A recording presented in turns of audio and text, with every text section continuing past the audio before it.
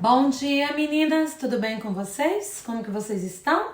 Hoje nós chegamos aos capítulos 2, 3 e 4. Vamos tentar aqui ser bem breve, resumida, para não ficar um vídeo muito longo, tá bom? Então vamos ali para o capítulo 2, onde a gente vê que Jesus, vai nascer. E aí tem algumas coisas que não foram faladas nos evangelhos anteriores, de Marcos e Mateus, ou Mateus e Marcos, na ordem cronológica que a gente leu. A gente vê que Jesus, ele nasce em Belém. E aí, por que Jesus nasce em Belém? Sendo que Maria, José viviam ali em Nazaré. Lembra que nós estudamos sobre isso? E uma curiosidade, que eu acho que nem diria curiosidade, acho que é um fato mesmo, que Deus, ele é tão fantástico. Se ele move as coisas, ele faz com que as coisas aconteçam como elas têm que acontecer. Porque o profeta Miqueias, no capítulo 5, versículo 2, ou 2, 5, Não, capítulo 5, versículo 2, ele fala que o Messias tem uma profecia e ele diz que o Messias tinha que nascer, haveria de nascer ou iria nascer na cidade de Belém. Então era necessário que Jesus, como Messias, ele nascesse em Belém para que se cumprisse essa profecia de Miqueias. Mas aí, olha só o que acontece. E Lucas, eu acho tão bom que Lucas, como nós já falamos, Lucas é bem mais minucioso. Ele nos dá um detalhe que a gente ainda não tinha visto. Teve um decreto, de César Augusto sobre um recenseamento. E ele ainda fala que nessa época o governador ali daquela província, da Judéia, era o governador da Síria, aliás, era Quirino. Então a gente tem embasamento histórico, porque existem vários documentos acerca desse governador. Por isso que a gente consegue fazer pontuar exatamente em que momento da história Jesus nasceu, excluindo a Bíblia, olhando para outros documentos que não sejam a Bíblia. Há vários outros documentos. Lembra que eu falei que nós temos provas arqueológicas, provas contextuais, provas documentais, e existem esses documentos que falam sobre esse governador. E aí, o que eu acho maravilhoso é como Deus, ele constrói as coisas. Então, cria-se um recenseamento, aos olhos humanos, era só um recenseamento como já haveria, já tinha havido outros recenseamentos. Mas para Deus não. Acontece exatamente no momento em que Jesus tinha que nascer, para que José saísse de Nazaré, porque José era da linhagem de Davi, da casa de Belém. Então José tinha que sair de Nazaré e ir para Belém.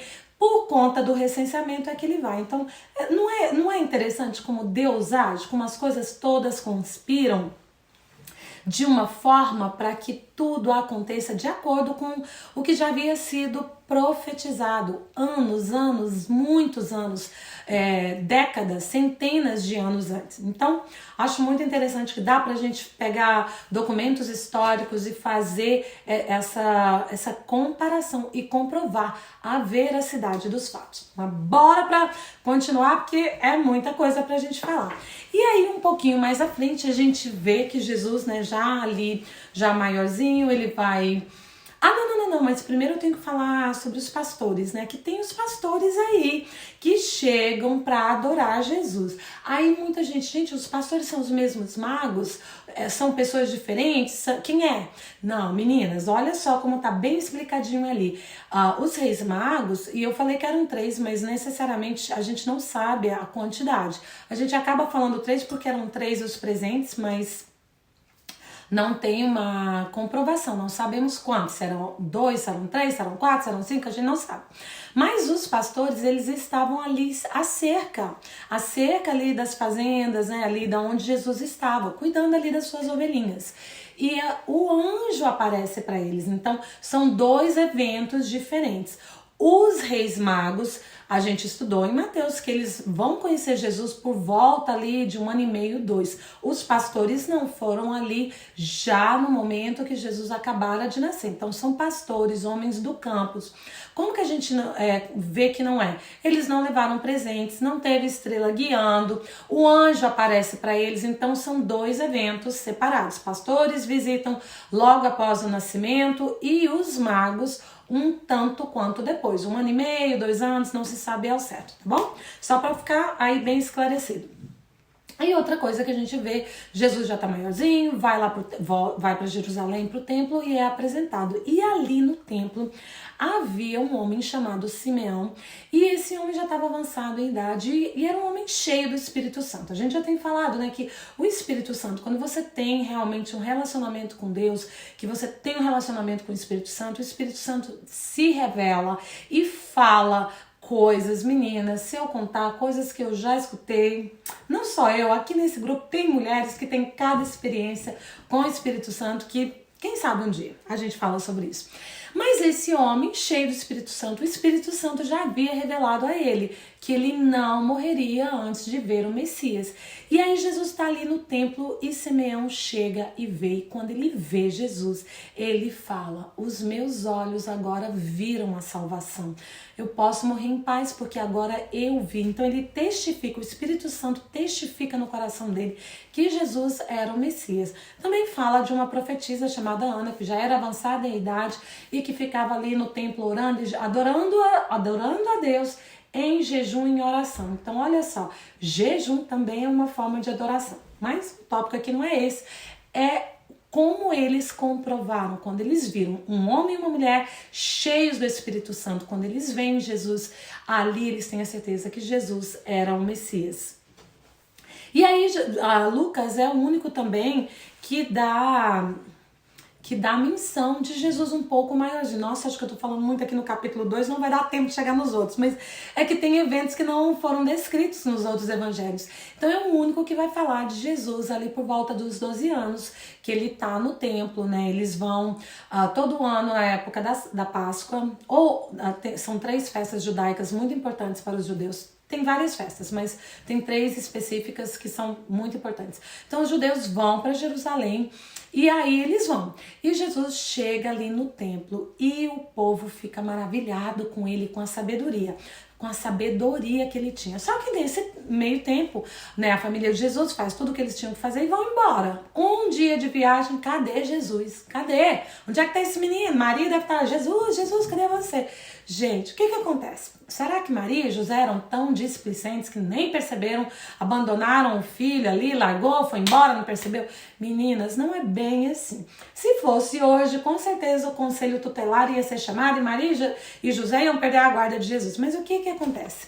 Naquela época eles viajavam em caravanas, então era a família de Maria, não era só Maria, as irmãs de Maria, os irmãos de José, cada um casado com seus filhos, então era uma trupe, uma gangue assim de gente, muita gente. Então os meninos ficavam juntos, os adultos mais juntos, um tomava conta do outro. Então na volta Maria devia, mas José tá ali com Pedro, tá ali com o Tiago, tá ali com o Zezinho, com, sei lá.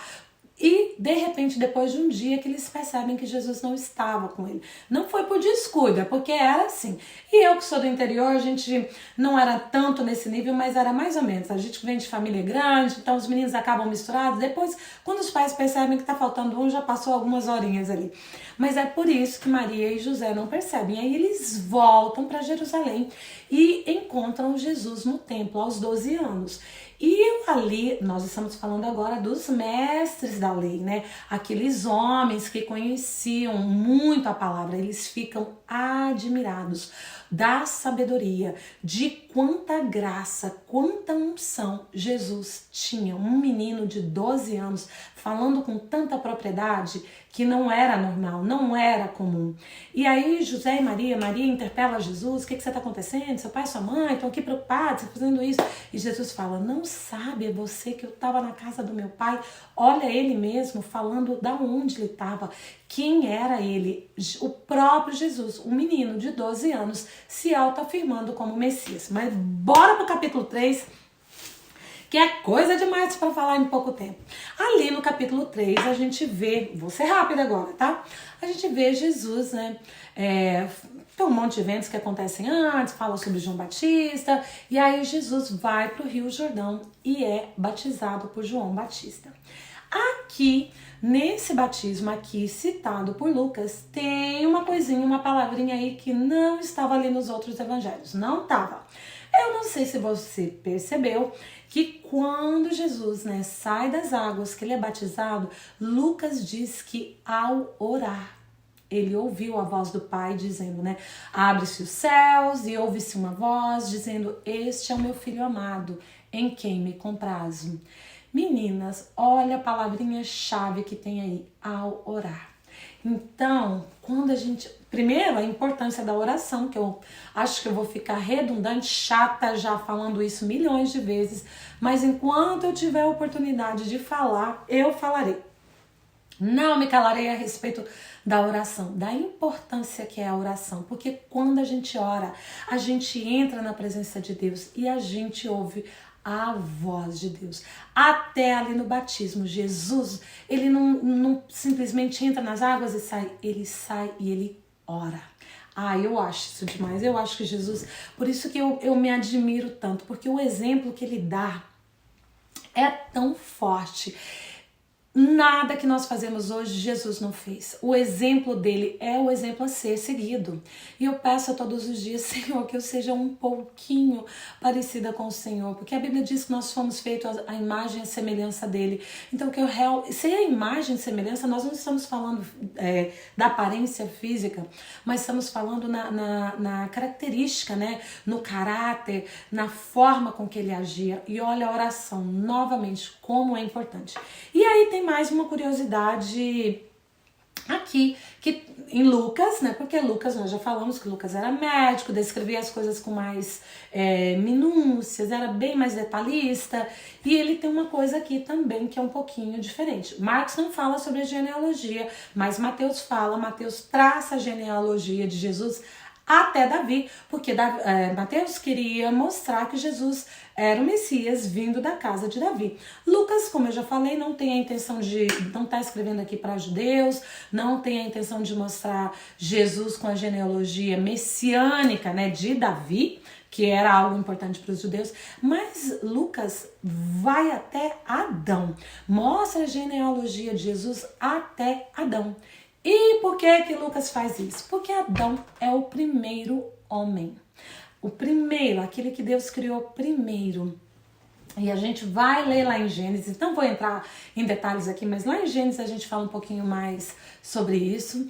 E aí, Jesus vem da descendência de Adão, né, como um homem, mas através de um homem. Aqui, a gente... Implicitamente é mais ou menos assim, através de um homem entrou a vida, mas através do mesmo homem entra o pecado, que é Adão. Mas também através de um homem vai entrar a salvação, que é Jesus. Por isso que Lucas traça esse paralelo, vai até lá a genealogia de Adão. Então vamos agora para o capítulo 4, que ali no capítulo 4 a gente vê, né, que Jesus é levado depois do batismo, né, ele é levado pro deserto pelo Espírito Santo, onde ele vai ser tentado. Nós já falamos sobre isso, que ele vai confrontar o diabo com a própria palavra de Deus. E Jesus depois, ele vai para uma sinagoga. Sinagoga, né, para vocês que são novas aqui nessa caminhada com Cristo, é a igreja do judeu, Então, naquela época só existia sinagoga, não existia outras igrejas ali em Israel. Então ele chega na sinagoga e ele lê um texto. E o que eu acho mais interessante, que ali em Lucas fala, ele está num sábado lendo um texto que diz como de costume. Então, o que isso quer nos dizer? Que Jesus sempre fazia isso, porque como de costume era algo que acontecia. E aí, tem uma coisinha aqui que eu vou tentar explicar de forma rápida e sucinta, mas eu acho que vale a pena pontuar isso. Alguns anos antes, durante o exílio da Babilônia, não se podia ler os pergaminhos, né, os livros com os livros com as, como que eu falo? A Torá, com todas as passagens bíblicas, o que existia até então. E aí, o que que eles fazem? Para não perder, eles dividem toda a Torá, todos os manuscritos, era essa palavra que eu estava buscando, entre as famílias, e para cada uma tinha que memorizar. Então, como a gente não tinha esse livro assim, eram os rolos, e aí eles dividem entre as famílias, cada família tinha que memorizar uma passagem, um pedacinho. E assim, por consequência, quando era o dia daquela família, né, de ler, no sábado ela lia aquele pedacinho. Isso foi feito por vários anos, por isso que perpetuou e os manuscritos perpetuaram verbalmente, porque eles eram proibidos durante ali o exílio da Babilônia de lerem os manuscritos. E cada família ficou com um pedacinho. Então aí a gente já vê uma coisa. Primeiro que Jesus, para ele poder estar lendo ali na sinagoga, gente, não era qualquer um, chegou, eu quero ler hoje, deixa eu ler, né? Tem igreja que adora dar oportunidade pro povo, tem igreja, vamos dar oportunidade pro irmão tal. Ali não era bem assim não, era quem era designado para ler. Então, se Jesus estava lendo, porque a família dele, no caso a família de José, tinha essa prerrogativa de ler. E aí ele lê um texto, que ele vai ler o texto de Isaías 61, que fala que o Espírito de Deus está sobre mim e ele me ungiu para pregar boas novas. Ele vai falando ali, ele lê esse texto. Meninas, ele lê um texto que fala exatamente sobre ele. Era uma profecia de Isaías que falava sobre o Messias, que falava sobre o próprio Jesus. Ah, isso é fantástico. Vamos concordar aqui. Olha só que na divisão da leitura, né, a família de Jesus, isso foi muito anos antes, os antepassados de José ficaram com esse pedacinho da Bíblia. Eu tô dizendo Bíblia porque é o que nós conhecemos, esse pedaço dos manuscritos, tá bom? E cabe a Jesus. Vocês acham que é tudo coincidência? Olha como as coisas não são coincidências. Cabe a Jesus ler essa passagem sobre ele. Aí uma curiosidade, que eu adoro trazer curiosidade, aí o vídeo fica grande, né? Porque eu não consigo me conter. Mas na Torá, ali nos manuscritos de Isaías, ali nos manuscritos judaicos, eles não leem, eles cortaram Isaías 61. Aí muita gente pode falar assim, mas isso aqui, Isaías 61 foi acrescentado depois de Jesus, não existia Isaías 61, porque Isaías, os livros eram em rolo, lembra? Tudo escrito em rolo assim. Não existia. Isso aqui foi um acréscimo que o povo, depois, né, os cristãos acrescentaram. Aí ficou-se esse debate até agora, recentemente, né, poucos anos da história recente, não poucos anos, 3, 4 anos. Se eu não me engano, é 1949, tem um pastorzinho que tá lá em Israel e ele joga umas pedras para as ovelhas virem, e ao jogar as pedras ele escuta um tilintar, um quebrar de vasos, e ele vai ver o que que é, e aí ele acha, alguns de vocês conhecem, mas ele acha que é considerado um dos maiores achados históricos arqueológicos até hoje, que ele acha, não sei como fala isso em português, os manuscritos do Mar Morto, eu acho que é assim que se fala, ele acha os manuscritos do Mar Morto. Meninas, nesses manuscritos do Mar Morto, ele acha vários vasos, né? Alguns já bem deteriorados, outros nem tantos. Eu até tenho uma réplicazinha, deixa eu pegar pra vocês. Acho que dá pra vocês verem aqui. E aqui tem uma réplicazinha de um manuscrito. Então era mais ou menos assim, num vasinho e dentro vinham os manuscritos, tá bom? E aí, num desses vasos, o que que tem? Manuscrito do livro de Isaías, um rolo completo. Para surpresa de todo mundo, o que estava nesse manuscrito de Isaías, que é traçado, esses manuscritos, eles foram, eu acho que traçados, eu não me lembro agora a data, mas tem uma data certa, me desculpe, eu não pesquisei agora para falar, então só estou falando das minhas lembranças de algum tempo atrás, mas tem uma data, Isaías 61, livro de Isaías, um rolo completo, incluindo Isaías 61. Então não tem dúvida, não dá margem para dúvida que Isaías 61 já estava ali nos manuscritos que Jesus realmente leu, é verídico.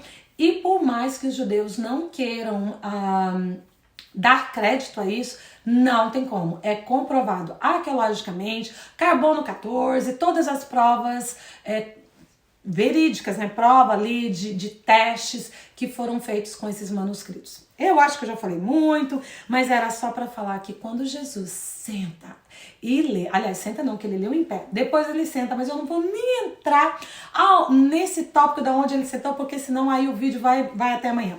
Mas meninas, comprovações da Bíblia de todas as formas, arqueologia, carbono 14, muita coisa que eu nem sei, que eu nem tenho autoridade nem propriedade para falar, mas não tem como fugir da verdade. Então hoje eu acho que o vídeo ficou enorme. Tentei ser sucinta, mas não consigo. Hoje, o que a gente tira disso? Primeira coisa, a importância da... Não primeira coisa, né?